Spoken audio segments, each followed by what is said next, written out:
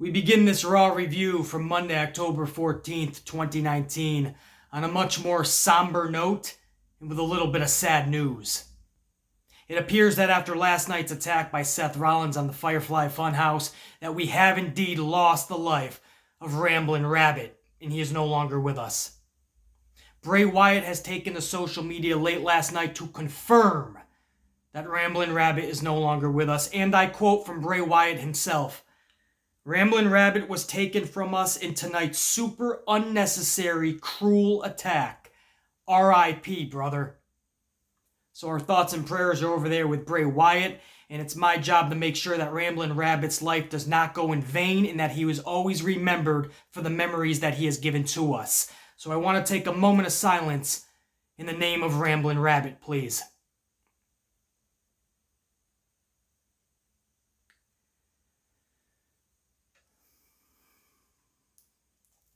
Thank you, guys. Now on with the show. And on a much more serious note, if I may, Pyro was back last night. Always a plus to see. I mean, they did tell us a couple of weeks ago for the season premiere of Raw that Pyro was going to be back, and then just the second week, which was last week, it was already gone. The show was starting off with Rusev getting attacked. As fun as exciting as that is, no thank you. I'll take Pyro back, please. Thanks. This fucking show doesn't know if it's coming or going most of the time. Next week, Pyro will probably be gone again. It's a half and half, right? We'll give you Pyro a couple of times a month, but we gotta put most of our money into the XFL. Pyro, Vince, tells the audience that you care. It might be small in stature to a lot of fans, but to the amplified man, I know the psychology behind something like Pyro. It tells people you care. It makes the crowd in attendance feel like they're a part of something special and that that's the place to be. And that's contagious to the people at home. Pyro, Vince, use it consistently. It'll do you wonders.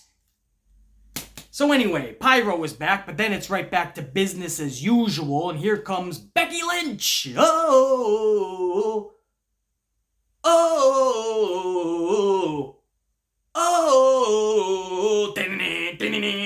it's the man, Becky Lynch, you little weirdo.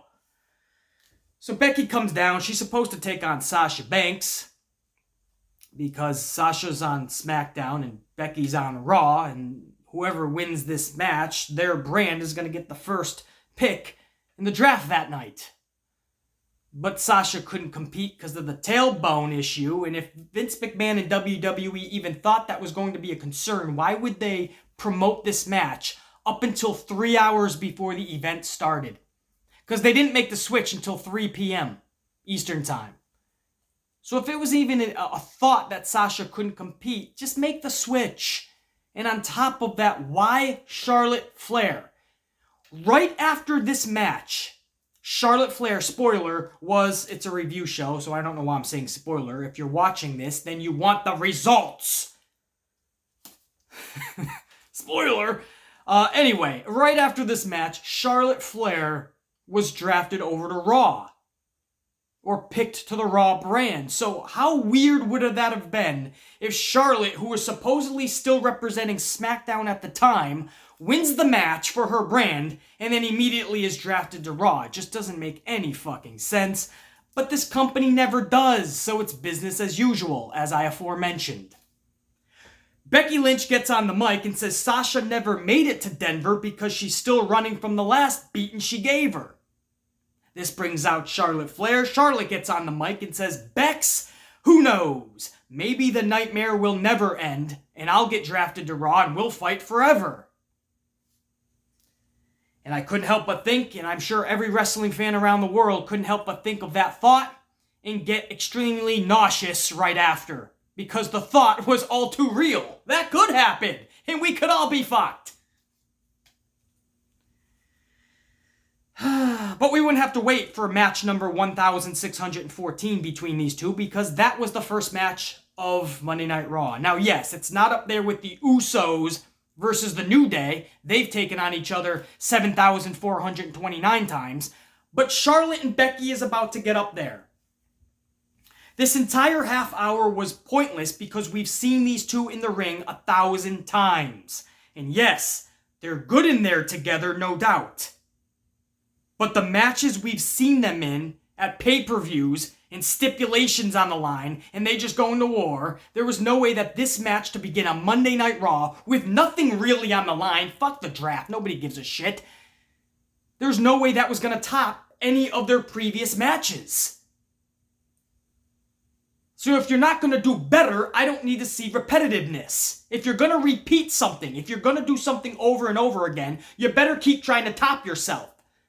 Otherwise, I'm seeing something I've already seen 1,000 times. In fact, I'm seeing it on a much more boring scale. And that's what I saw last night. In no way was this bad, but it wasn't better than what I've already seen them in 1,000 times. If this was only 12, 13, 21 times, maybe I'm on board. Over 1,000, that's where I kind of draw a line. The match was average because of what I've seen these two in the past. Bottom line, Charlotte dominated most of the match, but Lynch gets the ultimate W via roll-up in the end. And Raw gets the first pick in the draft for the night. Woo! Hold your excitement, please. Here comes Stephanie McMahon. She announces in the first round that Raw will be getting Seth Rollins, Charlotte, and Andrade and Zelina. SmackDown will be getting Brock Lesnar and The New Day. Wow. Riveting first half an hour of Monday Night Raw. But if you were willing to get even more excitement into your life, let's move on with the second half an hour of the show. Andrade took on Ali. Listen, this was a good match. I enjoyed it. Andrade and Ali, just to think that they're getting TV time, and to me it just feels like a fresh matchup. I like it. It's placed beautifully in the middle of Raw. Each man got to showcase just a fraction of what they can actually do in the ring. But for me, right, that's the positive take on it and the positive spin. But for me, if I'm being realistic with you guys and truthful as I always am, here we are closing out the first hour and I've yet to have anything excite me. I got a good wrestling match between two good wrestlers that I wanted to see for the longest time, get some TV time. So I'm getting all of that, but I have this little nagging thought in the back of my don't piece telling me I haven't been captivated yet, and we're about to close out the first entire hour of Raw. I've seen some weird draft bullshit with Stephanie McMahon. I've seen another Charlotte and Becky match, and I'm seeing an Ali and Andrade match that I can already tell halfway through this thing isn't leading to anything. It's just TV time between two good wrestlers. Again, beggars can't be choosers. At least we're getting that. But I'm starting to see a trend with NXT and the main roster. There's not a lot of good storytelling going on.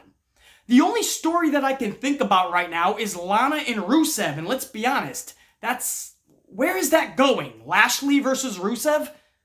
Riveting shit. That's good shit.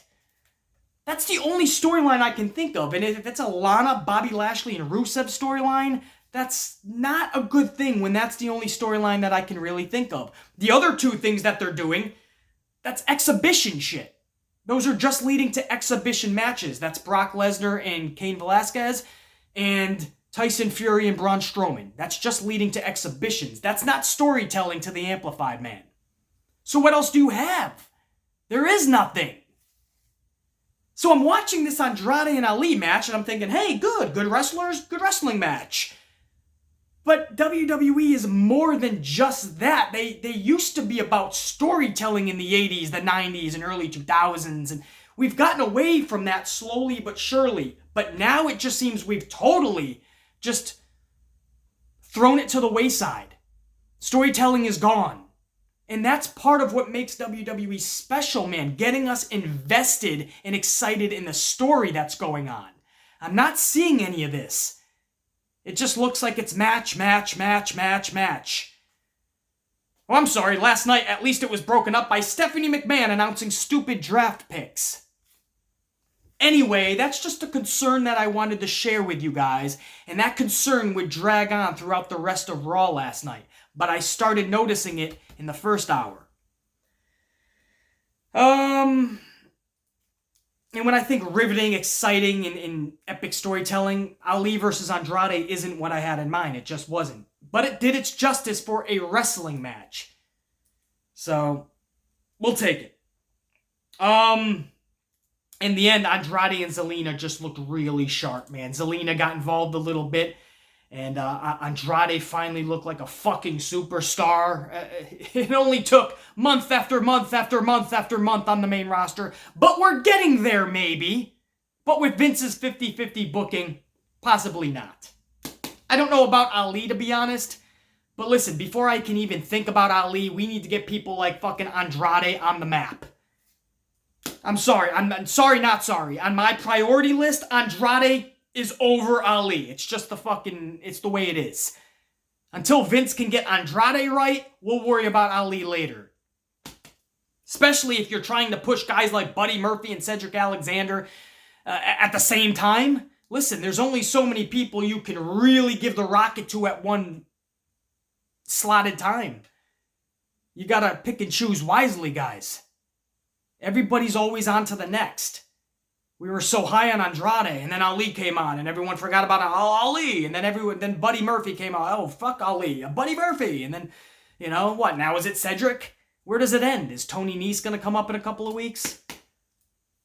It just, we have to relax for a moment, and let's get the right people up there, And everybody else, I mean, Ali is still fairly newer to everything, WWE-wise.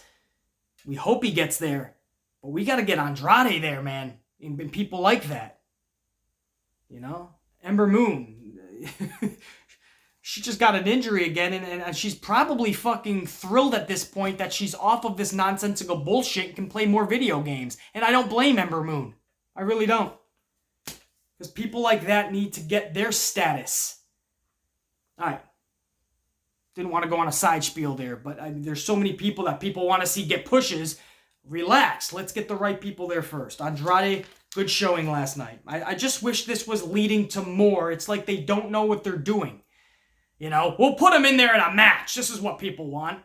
What's it going to lead to, Vince? Oh, I don't know. We'll think of something later. We'll have Andrade win tonight, and next week we'll have him lose. We'll do a little bit more flipping, and maybe we'll put him in there with Cedric at a pay-per-view.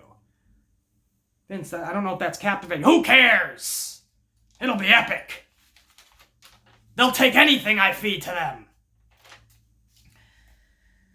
Steph McMahon closes out our number one with the second round of draft picks. Raw gets Kabuki Warriors, Rusev, and Aleister Black. SmackDown gets Daniel Bryan and Bayley. Does anybody give a shit? This is all just the champions being drafted to their brand. This is stupid. Becky gets drafted to Raw. Obviously, she's the Raw champion. Seth Rollins gets drafted to Raw. Obviously, he's the Universal Champion. Brock Lesnar gets drafted to SmackDown. Obviously, he's the WWE Champion. Bayley gets drafted to SmackDown. Obviously, she's a SmackDown Women's Champion. What was it? The Revival gets drafted over to SmackDown. Obviously, they're the champions. Half of this draft was just telling us what we already knew. The champions are staying on their show. We get it. The other half was just nonsensical bullshit names that I don't need taking up my TV time just to tell me where they're gonna be. I can look on WWE.com later in the fucking week and just look at a list. Steph's out there with round number 3 and hour number 2, telling us that Raw gets Cedric Alexander, Humberto, and Eric Rowan. SmackDown gets Shinsuke and Ali. Do we need TV time being taken up for Steph to tell us that Raw's getting Humberto? And then Steph is out there with round number 4, later in hour number 2, telling us that Raw gets Jinder Mahal, Buddy Murphy, and R-Truth. And no lie, if you saw one of those little war rooms with USA and Fox, they had their little rooms together where they're supposedly going over who they wanted. It's all the suits and ties. They went ballistic when R-Truth's name was announced. They went ballistic for R-Truth. If that was real life and these networks really thought that, and I love R-Truth, you guys know that. Love him. Awesome dude, comedic, great in the ring. He's just great. But on the level of going ballistic talent-wise, I don't know if you would be doing that for R-Truth if you actually knew how R-Truth was going to be used. If you thought R-Truth was bringing in 7.5 fucking ratings, it's not happening. Vince will have him on WWE.com rolling up Jinder Mahal at the golf course.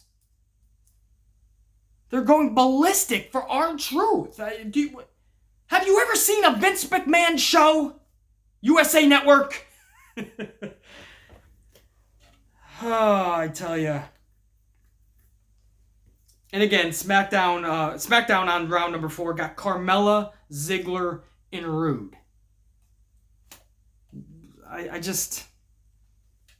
Ziggler and Rude, by the way, they were announced to SmackDown after they lost the tag titles earlier in hour number 2. I was just going over all the draft picks in hour number 2. But let's start off hour number 2 the way it was actually done in correct order. Hour number 2 started out with the Viking Warrior Experience Raider Adventure taking on Rude and Ziggler for Rude and Ziggler's Raw Tag titles.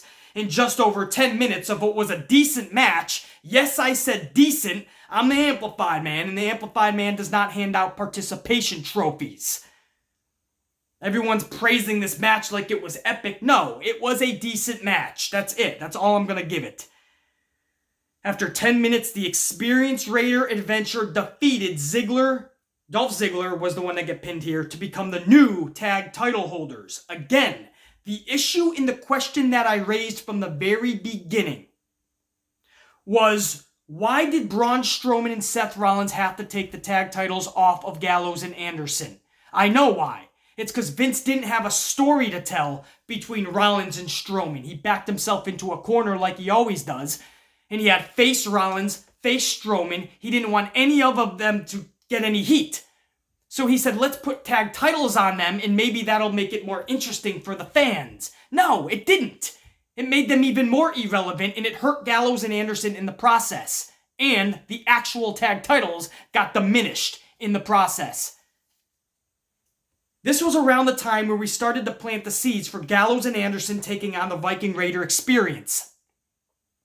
So, simplistic, logical, common sense thinking would lead you to believe that Gallows and Anderson could keep those straps for many months, build their stock up, build themselves up, and make the tag titles relevant, and then when the time is right at a big pay-per-view, the Viking Raider Experience Adventure gets the titles from Gallows and Anderson. The story was literally sitting in their lap. Instead, they had Rollins and Strowman get the titles from Gallows and Anderson 2 weeks after they won it, just because they were going to have a match together and had no real beef. And then, after Rollins and Strowman's beef was settled, in the same night, they lost the titles to Ziggler and Rude. Why did Ziggler and Rude get the tag titles? There is no reasoning. That's a rhetorical fucking question. There's no fucking reasoning. You could look at it as a trick question. There is no reasoning at all other than that's the way Vince McMahon thinks. Shoot, Rollins and Strowman is now over with. Let's put the titles on Rude and Ziggler because we have nothing else for them. So they got the titles. And after 1 month, they lose it in the middle of Monday Night Raw to the Viking Raider Experience. That's the best you had for the Viking Raider Experience Adventure? A middle of Raw tag title win over Ziggler and Rude, a team that's not actually a team? Again, I go back to just a couple of months ago when I raised the question and had that huge rant about Gallows and Anderson losing the tag titles. And I'm sure a lot of you at the time didn't know why I was so pissed off about it. It's because I see into the future. I'm always 10 steps ahead of everybody else when it comes to the booking, because I know how their illogical ways of thinking actually transpire. Time after time, they never disappoint with their lackluster bullshit. Gallows and Anderson should have been champions the whole time now, and then at the next pay-per-view, like Survivor Series, fuck Crown Jewel, Survivor Series, you give the Viking Warrior Adventure Experience, you give them a big moment. Everybody wins. Gallows and Anderson got built up in the process. The titles became relevant because a team had it for more than 4 months. And you have this new team, the Viking Warrior Experience Adventure, captivating you with a huge title win at an event that is important. I hope this makes sense. But maybe I'm making too much sense for Vince McMahon. I gotta dumb it down. So the Experience Adventure defeat Dolph Ziggler last night and the team of Ziggler and Rude to become new tag team champions. Good for them. I just can't stand the way this whole thing was built up.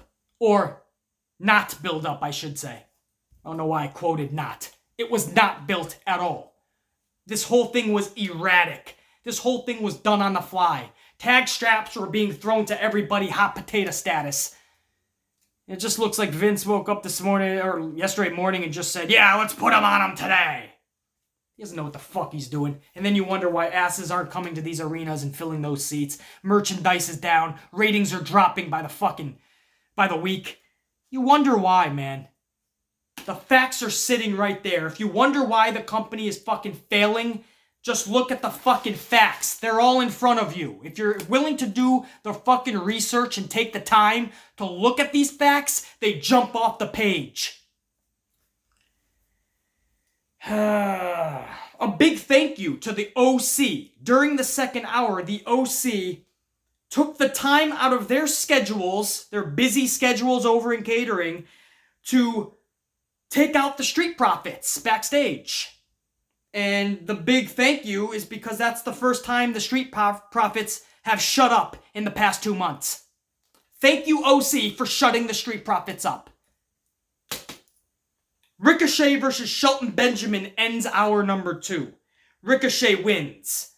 That's all I'm going to talk about here. Look, I'm digging the fresh matchups, as I said earlier, with Ali and Andrade. And then later in hour number 3, we got Buddy Murphy and Cedric. I mean, they've faced each other a number of times. But the point is, it just feels a lot more fresher on Monday Night Raw than what we've been getting for the past several months and even years. So I'm digging the fresh matchups. But just like Ali and Andrade, I raised the same question at the end of hour number 2 as I did at the end of hour number 1. I have still yet to be captivated or entertained by any storytelling. And that's not good, man. You have to draw people in and get them invested, not only in what they're watching then and there, but what's to come in the future between these individuals. You have to make them care. Pro wrestling was based on good wrestling matches with epic storytelling, and it just seems to me like Vince McMahon has lost that concept, and for years now, they have not been able to put the two together, good wrestling matches and epic storytelling. But that's the foundation that pro wrestling, and more specifically WWE, was built on. Good wrestling matches, epic storytelling. One should not be put on without the other. Otherwise, I can see good wrestling matches anywhere in the world for over 500 promotions. Just last night, my local bingo hall put on an epic event with an awesome main event. My local pizza delivery guy, Luigi Lugnuts, took on Sammy Simpleton Stunad. Now, Sammy Simpleton Stunad is still in the hospital this morning. He took a pack of light bulbs to his dome piece. It's a long story. I don't want to get into it. But we wish him nothing but the best. My point is, good wrestling is all over the world. You just got to go outside your front door and go find it. Your local bingo hall is probably putting on some epic shit. What we expect out of a 3-hour Monday Night Raw should be much more than that. Before I go to hour number 3, I do want to talk about another matchup that just seemed fresh to me and should have been much more than it was. Aleister Black took on Eric Young. I know that doesn't seem like anything special, but to see Eric Young getting TV time, shit, to see Aleister Black getting some TV time in the ring, it just felt good to me. And again, I don't usually see these two together, so it felt like a fresh matchup, and I was willing to give this a chance. Unfortunately, it was just 90 seconds long. It was literally over in 90 seconds. The Dark Ritual got the W for Aleister Black. Now, that's a cool submission, the Dark Ritual. I just really like the Black Mass, and I'm not seeing it a lot anymore. It's almost like Vince McMahon said, don't use it anymore. Maybe it was actually injuring people. I don't know. It looks pretty damn devastating, and we're starting to see the Dark Ritual submission a lot more than Black Mass. Anyway, I digress. For the 90 seconds that was put on between these two, I enjoyed it just because seeing them in the ring, it felt new to me. So I did like it. And again, the theme throughout the night is, what does it lead to? Nothing, because Vince doesn't even know. BC, it's just building up Aleister Black. It's building up Andrade with that win, BC. It's building up Buddy Murphy with his win in Hour 3, BC. I understand that, guys. I'm not Sammy Simpleton Stonad. I understand what's going on. This is what you have to stick with me, because I've done my research and I don't forget shit like this. Vince McMahon he does not deserve, I should say, the benefit of the doubt. You guys are all thinking, this is going to lead to something epic with all these individuals, but I've seen Vince McMahon's track record. This is just going to lead to 50-50 booking. Don't be surprised if Buddy Murphy, Aleister Black, Andrade, they're losing 2 out of their next 3 matches. Don't be surprised. It doesn't necessarily mean a victory is leading to something. We've seen this time and time again with Vince. So if this is just meaningless matches not leading to anything but losses in the future, I can do without. That was hour number 2. So, hey man, again, applaud. I'm applauding the fresh matchups. It did seem like they took the effort to finally just put in. It's not even effort. I can't even give them the benefit of the doubt. I want to be nice here. I want to give them some applause here. I can't even really do it. This is shit that should have been done from day 1-ish. No, fuck the ish. From day 1, we should have been getting matches like that. Now, you gotta put story. That's where I will applaud them and say, hey, I'm giving them credit on the effort that they've shown. Until they actually put real creative effort behind it, though, I can't do that. They're just putting good wrestlers in there to have good wrestling matches. That's not real effort. The real effort is coming from the wrestlers. It's time for the creative suits and ties to step up to the plate and do some work. Hour number 3 kicks off with my boy Lashley doing his thing and getting it in, massaging a naked Lana. I can't make this up. This is only leading to Lashley and Rusev, obviously. In fact, from what I remember, Rusev didn't even appear last night. So this was just at a massage parlor, and Bobby Lashley is massaging the legs of Lana. Lana turns around, supposedly naked, and Bobby Lashley's got this look on his face. So, yes, this storyline is... I don't know, man. I don't know. I can't totally hate on it, because how can you not be happy for your boy Bobby Lashley? Listen, the dude's showing up to work and his boss is saying, this is what you gotta do tonight or this week. How can you player hate? You gotta love this shit for Bobby. You know, you gotta be there for your boy on that, man, and be like, hey, all applause, man. Everybody would love to show up to work and do that for a living. Rub down Lana. Oh, times are tough for Bobby Lashley. So I'm not going to totally hate, because for Lashley, this is epic, man. And at least when Lashley does take on Rusev, there'll be a minuscule of caring. Yes, not that much, but at least in our dome pieces, we'll know there's some history between the two. Dude took his wife. That's pretty extreme. That's all I ask for. Tell me some story behind something, man. Make me care, even if it's a little, even if you're doing it all wrong. Try. Make the attempt. Make the effort. Is that so much to ask? Show some effort. Do better. Jerry Lawler oversees a contract signing for Crown Jewel between Braun Strowman and Tyson Fury. Braun says on October 1st, you're going to get these hands. And Tyson says on October 31st, I'm going to knock you out. Braun breaks the table with his hands, and Tyson breaks a pen. Literally, takes a pen.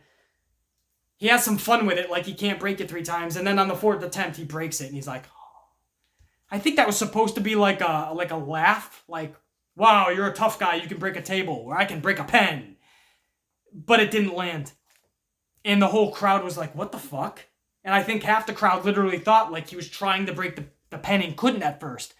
And then when he did, he was like, whoa, he broke the pen. And then everyone kind of thought, wait, is it hard to break a pen? And I bet you 25% of the audience last night grabbed the pen to see if it's easy to break a pen. I bet you. That's how confusing this segment was. Nobody knew whether they should take it serious or not. I know where they were trying to go with it, and I'm glad they didn't have physicality because we saw enough of it last week, and we want to save that for a couple of weeks at Crown Jewel. So I'm happy with the no physicality. The way this contract signing went off was just horrendous.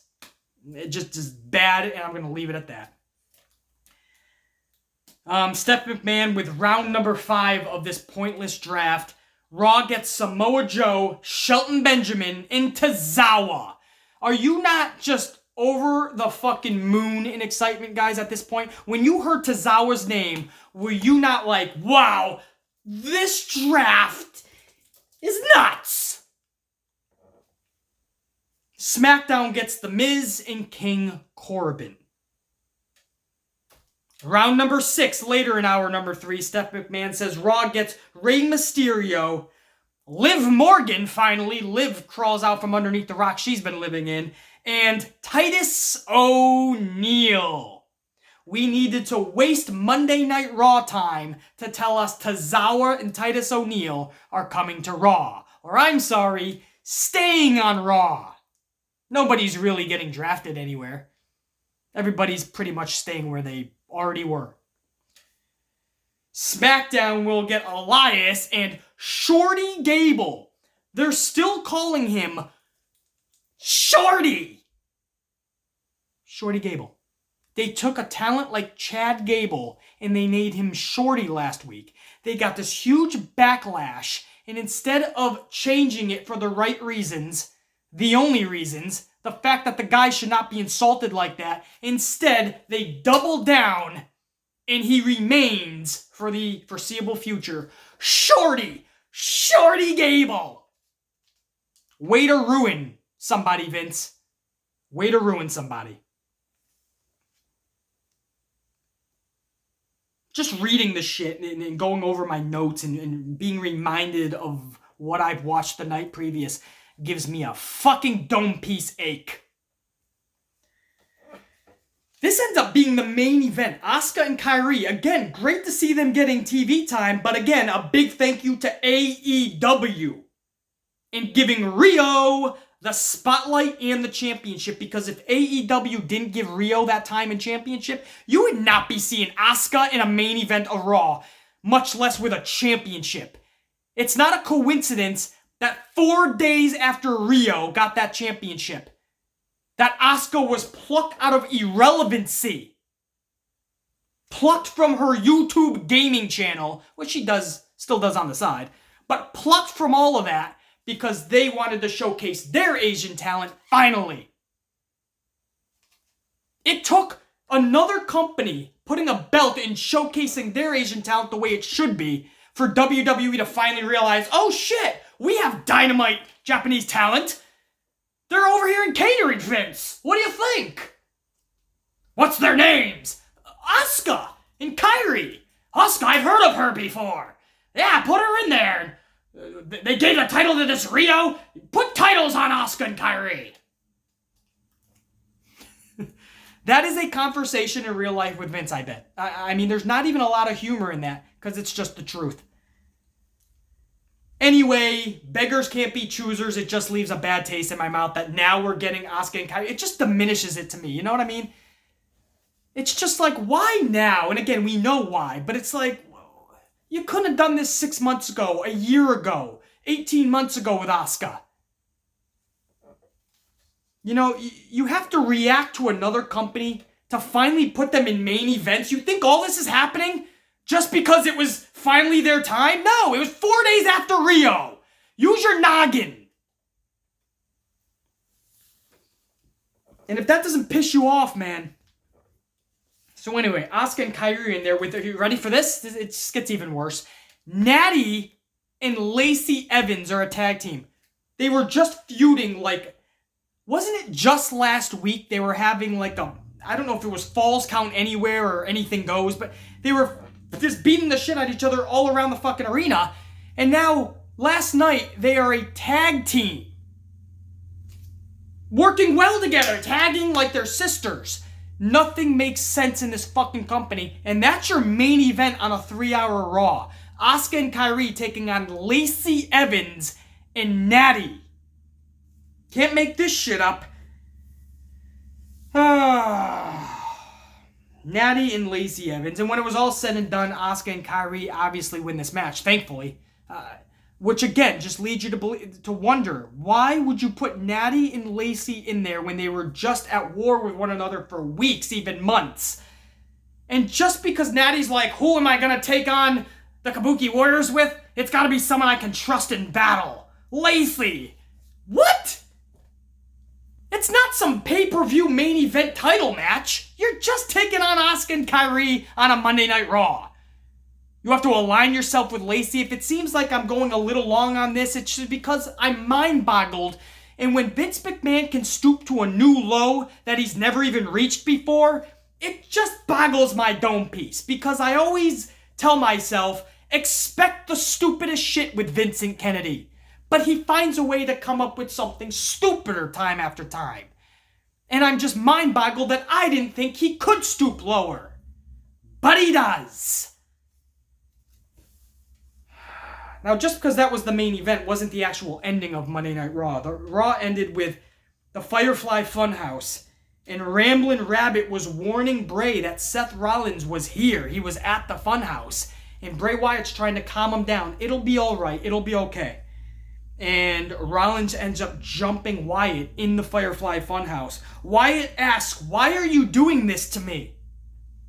Rollins says, "Burn it down." And he literally lights a match, some gasoline, some shit, and that whole Firefly Funhouse goes up in flames. Immediately, I was thinking, please, somebody get Ramblin' Rabbit to safety. He doesn't move very fast, and in times of extreme circumstances and situations, he needs to be helped and he needs to be assisted. And I knew Rollins wasn't going to be the one to assist him. I know Bray Wyatt was just attacked. Huskus and everyone else was in another room at the time, I'm hearing. So Ramblin' Rabbit was left to fend for himself, and sure enough, Ramblin' Rabbit's life was lost in that ablaze last night. And as Bray Wyatt called it, just a senseless attack. But Rollins had enough. Rollins took to Twitter late last night, and Rollins said, what else was I supposed to do? Or what was left for me to do? Basically saying I was a desperate man and that's all that was left. He keeps attacking me. He's coming not just from underneath the ring, but literally coming through the ring now to get me. He's up at the staging area. What's next? I had to come to him. So Rollins is basically saying you can hate me for it, but there was nothing left for me to do. That was my last ditch effort to try to make this equal. So storyline-wise, I loved it. I loved every fucking part of that last night. I know a lot of people are kind of joking with it and saying they're trying to pick out the flaws and it wasn't realistic because of the camera angles or the way it was shot or Rollins' expressions. I'm not going to nitpick in this scenario because we got a story, man, and I love it. Everything with Bray Wyatt, right from the jump, I love anyway. I don't care how cheesy it may seem at first. Everything with Bray Wyatt is fucking flawless. The guy is a genius with his character. He just is. And what he does with it. Characters with an S. He's amazing. So anything with Bray Wyatt is amazing. And Seth Rollins, even though he's getting a lot of hate in the community, I feel that his expressions and shit, his mannerisms and everything, I feel that they're good. I feel Seth Rollins is good. I feel that a lot of Seth Rollins' heat with the fan base came from social media. In fact, right after he left that good tweet on social media, in storyline, and saying what else was I supposed to do, what else was left for me to do, he then tried to defend the decision of Hell in a Cell. Somebody, I guess, said, but because earlier in the night it was announced that Bray Wyatt was going to take on Seth Rollins at Crown Jewel, Falls Count Anywhere. And I told you guys that was going to be a match. A lot of you guys were like, BC, that's not going to happen at Crown Jewel because Seth Rollins is already in the 5-on-5 match. I told you guys, relax. Amplified Man's not steering you wrong. I know what I'm talking about. I knew that was going to be a match for Crown Jewel. I ended up being right. I'm not going to pat myself on the back. I'm used to it by now. But that match was announced, and somebody was like, is that match going to end what? In a no DQ, in a DQ or a count out? And Rollins took to Twitter and tried to defend it and say, actually, it wasn't a DQ at Hell in a Cell. It was a ref stoppage. And he tried to defend it. He said something else about it. And I'm like, no, dude, your last tweet for the fucking week should have been, what else was left for me to do? Stay in story. Get some momentum on social media. Stop with the BS. And what does he do? Like 20 minutes after that tweet, somebody sent me the newest one. And I was like, come on, man. Now you go right back to defending something that we all know was trash at Hell in a Cell. Don't defend trash. I just feel that if Rollins could use social media correctly, he would not have the type of heat that he has. Now, I understand the stale title run that he's had, but that's not a lot of his fault. That's creative or lack thereof, and more specifically, Vince McMahon. You could say his promos are flat. I think at least he delivers his bullet points and lines pristinely, doesn't fuck up, and he delivers them in a way that we coherently can fucking take in. So I find a lot of positivity in the negativity when it comes to Seth Rollins. And on top of that, obviously, he's one of the best wrestlers in the world. So I don't hate this dude or hate on this dude as much as a lot of you guys do. I find a lot of positive in Seth Rollins. And again, working with Bray Wyatt, I think there was an awesome connection there. And I love the storytelling. The problem is, I'm not into this Crown Jewel match because of what happened at Hell in a Cell. You're not going to make me buy into the fact that Bray Wyatt is going to look strong in this match because Vince McMahon has not earned the benefit of the doubt. So as much as the story is awesome, I've seen awesome storytelling with the former Bray Wyatt character in the Wyatt family. I saw awesome storytelling with Bray Wyatt, but when times were at their highest and you needed to be looked most dominant at pay-per-views, Bray Wyatt was not booked correctly. So I'm not looking at Crown Jewel and expecting anything different, and that sucks. You're going to put Bray Wyatt and this new Fiend character in this big title picture with Seth Rollins, and the end result is going to be Bray Wyatt not walking away with the title. That doesn't sit well with me, and it shouldn't with you either. Yes, the Bray Wyatt Fiend character doesn't need the title, but that's the position Vince put him in, and the character is so new and fresh, you can't have him walk away without the title. You put yourself in a pickle. Now you got to eat your own shit.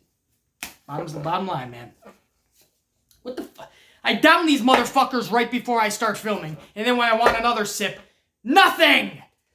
I'm going to get some more, guys. That was your Monday Night Raw for 10/14/19. This one has a little bit more anyway, man. This keeps it nice and fucking high. You get yourself a nice, tall, amplified fucking mug, guys. You fucking Starbucks preferably. And this will hold a lot of hot coffee for a long time. I promise you. This is a valuable investment. This was a gift from a friend. And I can start this motherfucker at the beginning of a video. And if I do an hour-long video, it's still going to be hot as fuck. So, get yourself one of these amplified mugs. Have Starbucks fill that up. They'll still charge you for a regular grande size or venti, depending on the size of your mug. What the fuck am I talking about? Talking Starbucks with you guys is more better than half of Monday Night Raw, if not all. I saw signs of improvement last night. That's the good thing, guys. Signs of improvement as far as the wrestling. We're finally getting wrestlers in the ring that we want to see. We're getting good wrestling matches. However, we lost all storytelling, it seems. The two storylines last night were Bray and Seth, and that's leading to something that we cannot put any stock into because of what we just saw last week at Hell in a Cell. And the other storyline is Lana Rusev and Bobby Lashley, which I'm pretty sure nobody's really excited about. Other than that, what? Tyson Fury and Braun? Get out of here with that shit. Tonight, the New York Yankees. In just a couple of hours, I'm headed to the stadium in the Bronx. And I'm going to watch my Yankees live. It's 4 o'clock p.m. Eastern time. We're taking on the Astros in Game 3. We lost a heartbreaker on Sunday night. Something that I'm still not over, actually. I'm being a big child from that game. I'm being a big fucking kid, and I will not get over that loss. But hopefully tonight, this evening, we can rectify that. So I'll be heading to the Bronx in just a couple of hours. And last night, a huge Green Bay Packer victory in the final seconds. Literally, with 0 seconds left on the clock. Our field goal kicker, Mason Crosby, got the game winner, and we won.